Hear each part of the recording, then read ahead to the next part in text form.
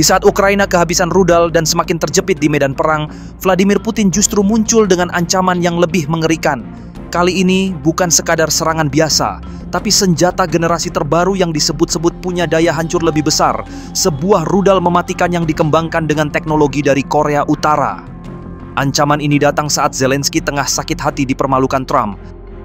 Setelah dihina sebagai diktator tanpa pemilu, kini ia juga harus menerima kenyataan pahit bahwa Washington mulai enggan menggelontorkan bantuan militer. Di satu sisi Putin semakin agresif, dan di sisi lain, Trump terang-terangan menyudutkan Zelensky, membiarkannya terombang-ambing di tengah badai perang. Mode panik Ukraina. Kekhawatiran meningkat atas aliansi militer Rusia-Korea Utara yang semakin erat di tengah berkobarnya cacian Donald Trump terhadap Zelensky. Ukraina tengah dilanda kepanikan yang meluas seiring dengan menguatnya aliansi militer antara Rusia dan Korea Utara yang muncul bersamaan dengan cibiran Donald Trump terhadap Zelensky. Pemicu utama kepanikan ini adalah serangkaian klaim serius yang dilontarkan oleh Kepala Intelijen Pertahanan Ukraina, Kirylo Budanov. Dalam pernyataan yang mengejutkan banyak pihak, Budanov menyatakan bahwa para ahli rudal Rusia terlibat langsung dalam meningkatkan kemampuan rudal balistik antar benua generasi terbaru milik Pyongyang, yang dikenal dengan sebutan KN-23. Laporan yang dikutip Eurasian Times menyebutkan bahwa berkat bantuan Rusia, rudal KN-23 kini diklaim memiliki tingkat akurasi dan daya hancur yang jauh lebih brutal dibandingkan versi sebelumnya.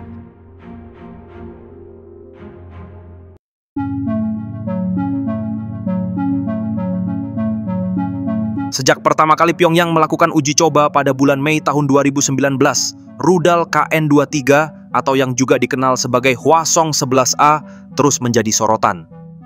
Rudal balistik taktis buatan Korea Utara ini dirancang untuk menembus sistem pertahanan udara dengan kemampuan manuver yang sulit dideteksi. Kini KN-23 kembali menjadi perbincangan panas setelah laporan terbaru menyebut bahwa Rusia telah menembakkan lebih dari 60 rudal KN-23 dalam serangan ke Ukraina sejak awal tahun 2024. Apa yang membuat KN-23 begitu mematikan? Tidak seperti rudal balistik konvensional yang melambung tinggi sebelum menukik ke target, KN-23 justru terbang rendah dengan lintasan kuasi balistik mencapai ketinggian sekitar 50 km. Dengan manuver pull-up di fase akhir penerbangan, rudal ini bisa menghindari sistem pertahanan udara seperti halnya Patriot buatan Amerika. Ditambah dengan bahan bakar padat dan peluncuran dari kendaraan beroda transporter erector launcher atau TEL, KN-23 dapat dengan cepat dipindahkan dan ditembakkan, membuatnya sulit dilacak sebelum menyerang. KN-23 memiliki panjang 8,7 meter dan diameter 1,1 meter, serta mampu membawa hulu ledak seberat 500 kg, baik hulu ledak konvensional, submunisi, maupun hulu ledak nuklir. Akurasinya pun luar biasa, dengan tingkat kesalahan hanya sekitar 100 meter jika menggunakan panduan satelit, atau 200 meter dengan sistem INS saja. Yang lebih mengejutkan, banyak analis melihat kemiripan mencolok antara KN-23 milik Korea Utara ini dengan rudal Iskander-M, yang merupakan rudal balistik taktis buatan Rusia.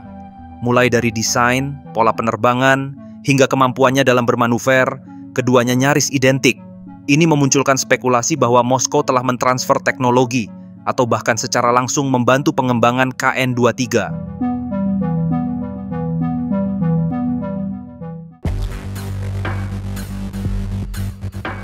Ukraina mengakui rudal Rusia Korut lebih mematikan dari yang mereka kira. Terdapat sesuatu yang janggal dalam pernyataan Kirylo Budanov, Kepala Intelijen Pertahanan Ukraina. Ia menyebut bahwa KN-23 awalnya memiliki tingkat akurasi rendah, dengan margin kesalahan mencapai 500 hingga 1.500 meter. Tetapi kini, setelah modifikasi teknis oleh ahli rudal Rusia, KN-23 menjadi jauh lebih akurat dan lebih mematikan. Awalnya, rudal KN-23 memiliki akurasi tingkat rendah, dengan margin kesalahan berkisar antara 500 hingga 1.500 meter. Namun, para ahli rudal Rusia melakukan modifikasi teknis untuk mengatasi masalah tersebut. Rudal tersebut kini jauh lebih akurat dan menjadi ancaman yang jauh lebih besar. Pernyataan ini bertolak belakang dengan data yang selama ini dimiliki oleh NATO.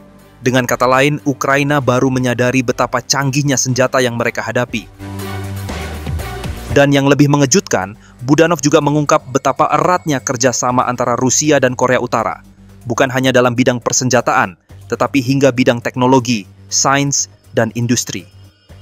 Kemitraan Rusia-Korea Utara semakin erat di bidang teknologi, sains, dan industri. Kerjasama ini menimbulkan ancaman serius dan terus meningkat bagi masyarakat internasional karena memperkuat kemampuan militer Korea Utara. Yang menarik, Korea Utara tampaknya tidak sekadar membantu Rusia, tetapi juga memanfaatkan perang ini sebagai ajang latihan dan modernisasi militernya. Saat kami memperkenalkan teknologi baru, seperti pesawat nirawak dan peperangan elektronik, pasukan Rusia mengembangkan tindakan balasan, dan kami pada gilirannya menciptakan taktik baru untuk mengatasinya. Pasukan Korea Utara mengamati dan beradaptasi dengan perubahan ini secara langsung. Korea Utara menggunakan keterlibatannya dalam perang tidak hanya untuk mendapatkan pengalaman tempur yang berharga, tetapi juga untuk memodernisasi teknologi militernya. Jika ini benar, maka perang di Ukraina bukan hanya soal konflik regional antara Kiev dan Moskow, tetapi juga menjadi ajang eksperimen militer oleh Kim Jong-un, di mana Korea Utara menyerap pengalaman tempur nyata, mempelajari kelemahan Barat, dan mengembangkan teknologi baru bersama Rusia. Kemajuan yang didorong oleh kolaborasinya dengan Rusia ini kemungkinan akan berdampak jangka panjang bagi situasi keamanan di kawasan Indo-Pasifik.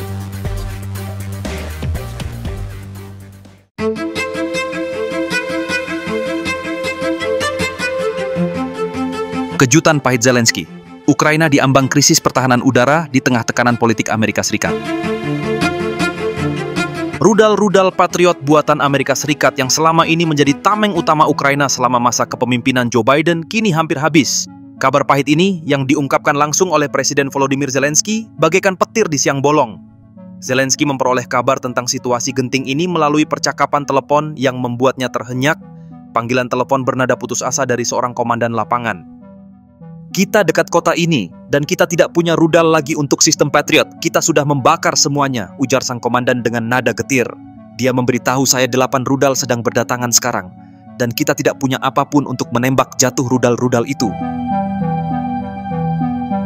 Trump hantam Zelensky, diktator tanpa pemilihan, ultimatum perdamaian atau kehancuran. Di saat Ukraina semakin melemah akibat krisis pertahanan udara, serangan tak hanya datang dari Rusia, tetapi bahkan dari Donald Trump. Dengan nada tajam yang khas, Trump melontarkan kritik brutal terhadap kepemimpinan Zelensky, menyebutnya sebagai diktator tanpa pemilihan. Serangan verbal ini muncul pada tanggal 19 Februari, ketika Trump mengecam keputusan Zelensky yang tidak menggelar pemilu di tengah perang.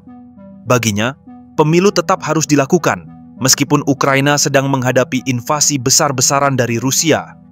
Zelensky pun bingung dan bertanya-tanya, bagaimana mungkin Ukraina menyelenggarakan pemilu sementara wilayahnya terus dibombardir rudal, jutaan rakyatnya mengungsi, dan tentaranya masih bertempur di garis depan? Bukankah pemilu di saat seperti ini hanyalah sebuah ilusi? Tetapi Trump tidak menggubrisnya. Apa untungnya bagi dia? Ia bahkan tak ragu melemparkan ultimatum keras kepada Ukraina, memperingatkan bahwa jika Kiev tidak segera mencari perdamaian dengan Rusia, maka mereka akan kehilangan negaranya. Bergerak cepat untuk mengamankan perdamaian, atau kalian akan kehilangan negara kalian. Pernyataan ini mengejutkan banyak pihak, terutama karena Trump secara terang-terangan mengecualikan Ukraina dan negara-negara Eropa dari pembicaraan damai antara Rusia dan Ukraina yang digelar di Arab Saudi pada tanggal 18 Februari. Trump lebih realistis, perdamaian butuh dialog, bukan senjata. Dalam konflik Rusia-Ukraina, Trump dan Biden jelas punya pendekatan yang sangat berbeda. Biden selama ini gencar mengirimkan bantuan senjata ke Kiev, membuat perang terus berlanjut tanpa ada tanda-tanda akan berakhir. Sementara itu, Trump punya pandangan lain. Bagi Trump, perdamaian tidak bisa dicapai dengan mengobarkan perang, tetapi dengan negosiasi. Selama kepemimpinan Biden, Ukraina terus dibanjiri bantuan militer dari Amerika Serikat dan NATO. Namun, apakah bantuan ini benar-benar membawa Ukraina lebih dekat ke kemenangan? Faktanya, perang justru semakin berkepanjangan, korban terus berjatuhan, dan kini Kiev bahkan hampir kehabisan rudal pertahanan udara. Trump melihat pendekatan Biden ini sebagai blunder besar.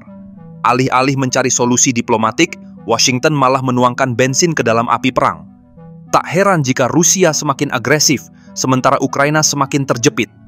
Kalau perang ini tidak segera diakhiri, maka Ukraina yang akan hancur. Begitulah kira-kira cara Trump melihat situasi ini.